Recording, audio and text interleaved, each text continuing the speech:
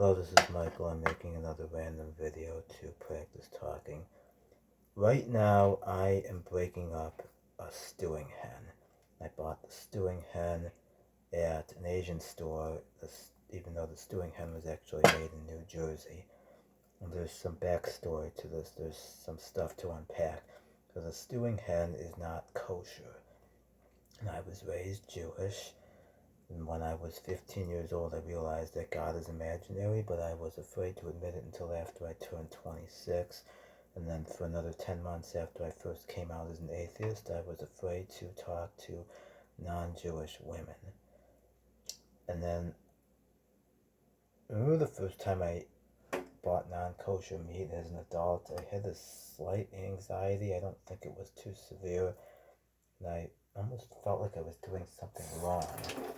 Like I was doing something, a violation. My mother is vacillated with exactly how strictly she follows these rules. So the laws of kashrus or the laws of kashrut are these rules that Jews derive from the Torah. The Torah is exactly the same thing as what the Christians call the Old Testament or the Christian Bible.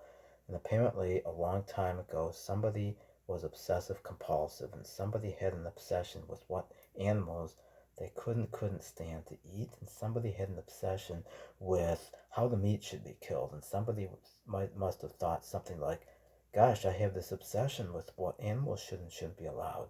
But if other people might think I'm weird, I can't allow that. So I have to either conform to other people or other people have to conform to me. I don't want anybody to think I'm weird or strange. So I'm going to coerce everybody else into following my obsession compulsions. And it's not my fault that other people have to follow my rules, because this book says I have to do it. It says so right here, and God wrote the book. No, it doesn't matter that I wrote the book. God dictated the book to me, and in this book, God says He says you have to do this stuff, and you better do it, or I'm gonna punish you or go crazy on or something. But seriously, the laws of kashrut are obsessive compulsive, and it's not physically necessary to care exactly how the meat's killed. And I didn't get struck by lightning for eating non-kosher meat, and nothing bad happened to me. And I guess the action of communicating that nothing bad happened to me for eating non-kosher meat sounds almost ridiculous and nonsensical. I mean, nobody thinks like something bad's gonna happen. It just you have to do this. People just think that it says so in the Bible, and God said you have to do it. And then this reminds me of my brother, who used to eat meat like a normal person, and then he married a woman who's a vegetarian, and my brother's wife will not eat animal flesh, but she'll eat dairy, like milk products. My brother stopped eating meat because, I guess, to please his wife.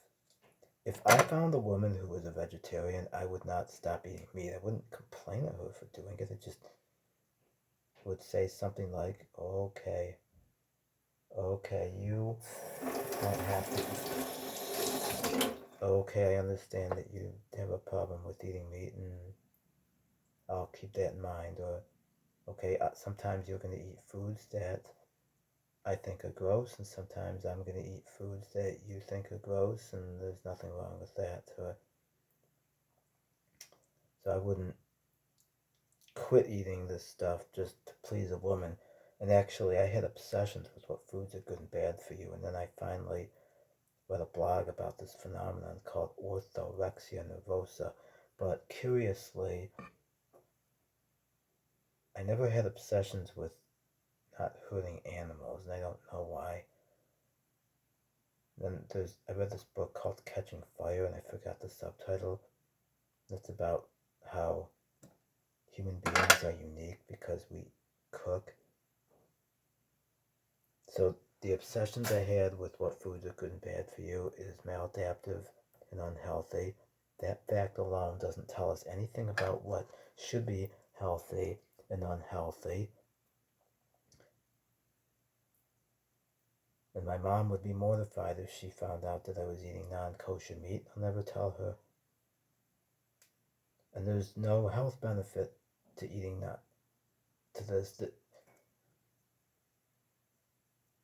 kosher versus non-kosher has no health benefit. It's just about because somebody a long time ago was obsessive compulsive and really had an obsession with what animals should and shouldn't be allowed to be eaten and how the meat should be killed. Another thought is, if you have a problem with eating animal flesh, then you would say something like, people should be kind to animals, but what about the fact that some animal species eat other animals? Then you would have to argue something like, other animals can eat other animals because they're not self-aware and they don't have the ability to engage in philosophical arguments, but because you are a human being and you have the ability to rationally think about what you're doing, you have a moral obligation to not eat animal products. And I have some doubt about whether vegetarianism is any good, although I have some doubt that milk is really that healthy. I'm thinking that a long time ago, in the last ice age, a group of ancient people got stranded somewhere in northern Europe, and they figured out that they could consume milk to survive, but the drinking of the milk of other species wouldn't have been invented until clay vessels were invented, and it's offensive to human nature to put your mouth onto the teats of an animal.